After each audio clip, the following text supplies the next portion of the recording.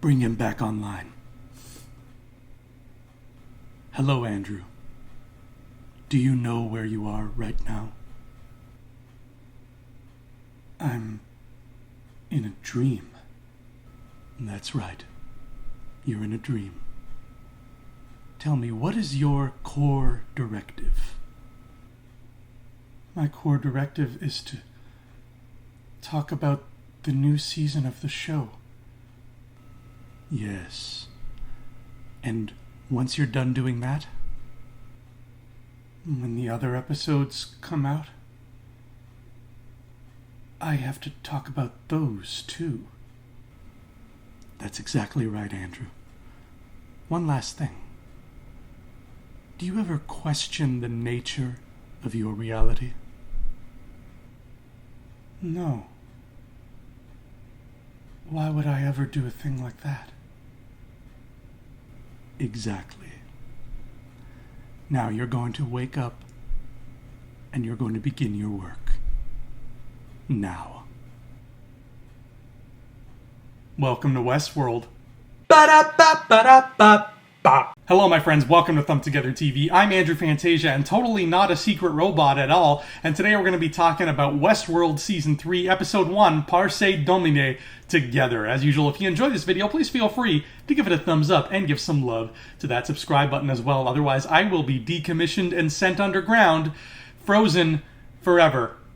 Yeah, that's a scary fate. I don't want that. So if you'd subscribe, that would be great. We have been waiting almost 2 years to revisit the world of Westworld. That's how it rolls with these HBO shows, and from what I hear, this is the most expensive HBO show being produced right now, so they need the time. This isn't As the World Turns, everybody. They can't just churn out episodes like they're doing a load of laundry. But after an almost 2 year wait, we got Parce Domine, which is Latin for spare, Lord. It's part of a hymn where they say, spare Lord, spare your children. It's a bit iffy for me so far as to how that fits into this story, except maybe that Dolores is not sparing anybody in this episode.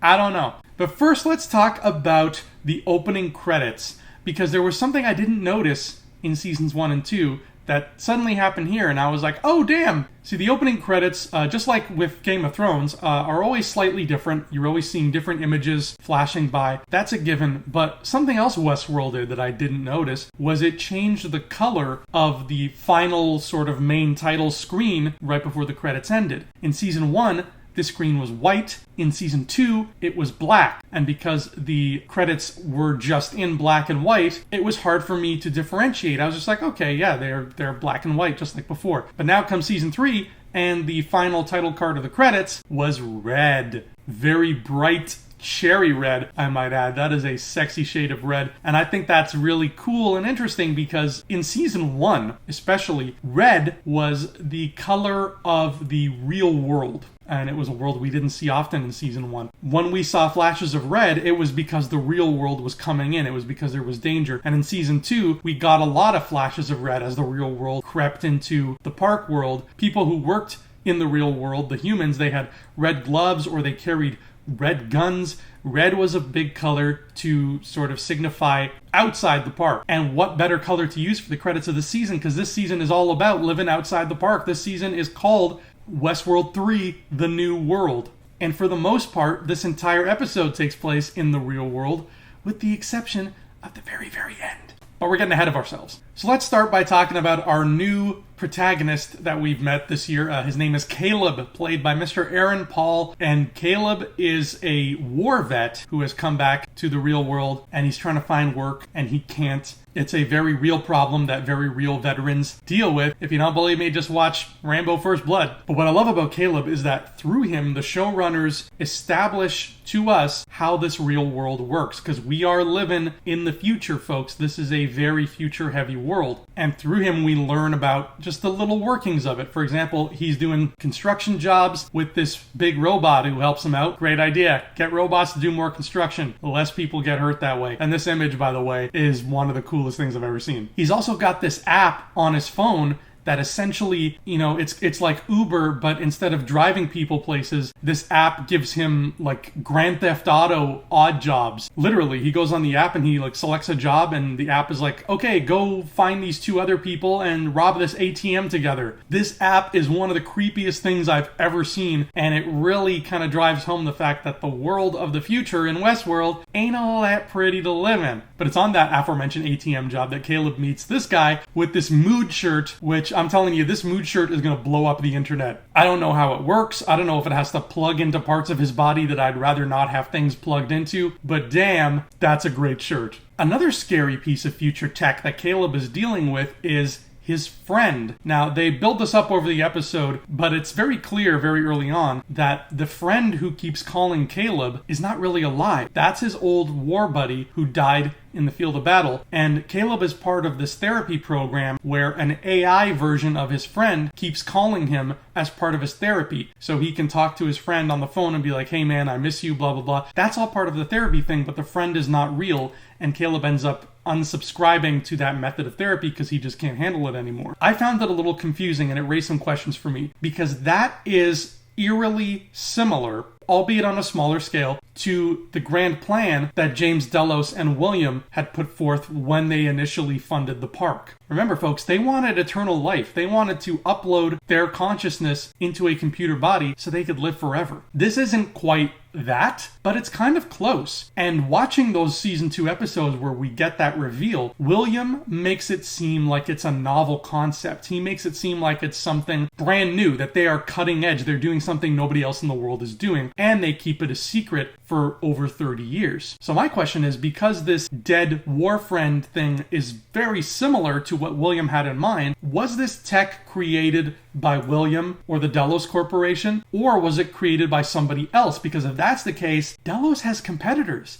Delos isn't the only person out there trying to put human consciousness into an artificial body. Now, even though this was an overlong episode, it stretched out past the hour mark, it was mostly just focused solely on Dolores and Caleb. Makes sense, we want to meet our new person and find out what they're all about, but Dolores is also our main character, so we kind of want to know what she's been doing. Now, it's been, I think they established 8 months since the big incident at Westworld, so she's been living in the real world for 8 months, gathering resources, building up her master plan, committing all kinds of sexy industrial espionage on people. She robs a billionaire who's kind of an asshole, so we don't care. But Dolores spends all her time this episode committing these acts of espionage against these different companies. The primary company is one called Insight Incorporated. And from the looks of things, her main arc in season 3 is going to be all about trying to infiltrate Insight Inc.'s mother brain, because it's got this big orb, this big ball that we saw a lot during the opening credits, so we know it's probably important. And this ball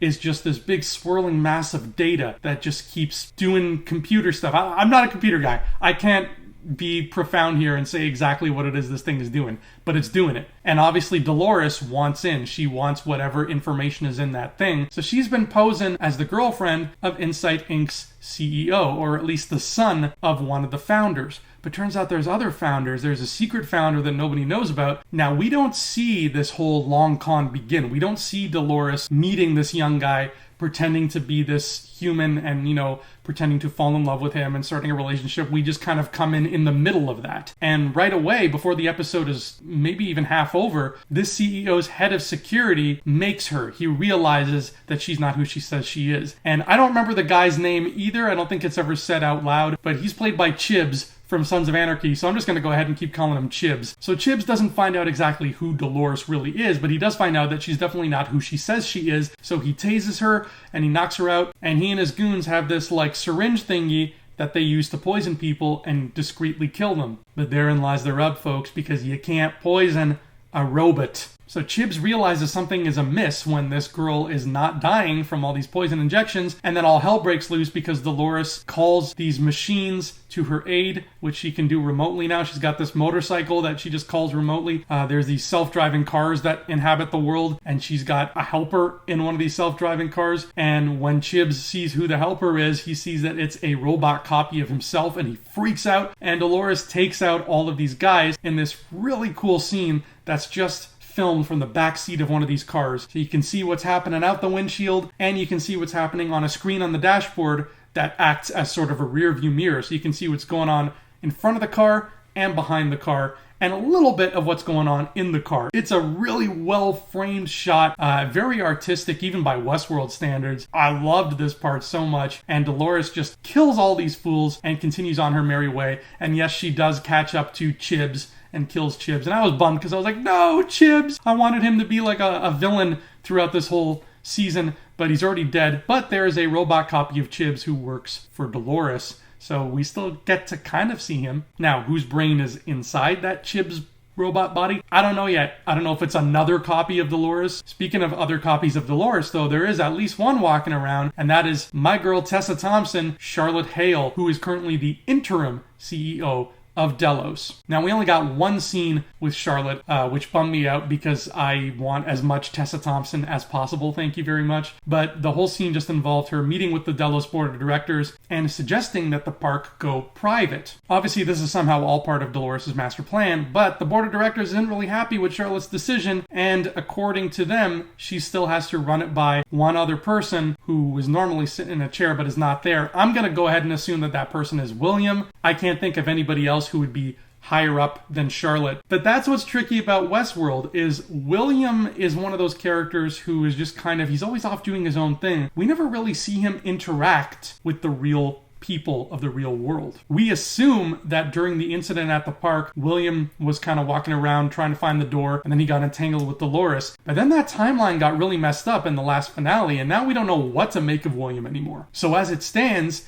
yes, we are still thinking that he is the boss of all bosses at Delos. But what if he's not? What if he hasn't been for a very long time, and once again, those evil people behind the pen at Westworld are screwing with time and messing our heads around? Season 2 of this show was probably the most chronologically confusing era of television ever, and it looks like they're trying to simplify things and just make everything more straightforward in Season 3, but what if they're not? That's the thing with Westworld. It's all about smoke and mirrors. It's all about paying attention to what one hand is doing, and then you don't realize that the other hand has been doing something even more important all along. It all unfolds like a magic trick. I'm going to go ahead and assume that yes, that chair, that seat at the board of directors table belongs to William, but I'm going to put a nice fat juicy asterisk next to William's name because I think it's only a matter of time before I'm proven wrong. I just can't fathom who else could be the person in that chair. Finally, there's Bernard, and what's cool about Bernard is that he has been the one who was framed for all the murders that went on in Westworld. All of the executives and park employees who were murdered in the events of Season 2,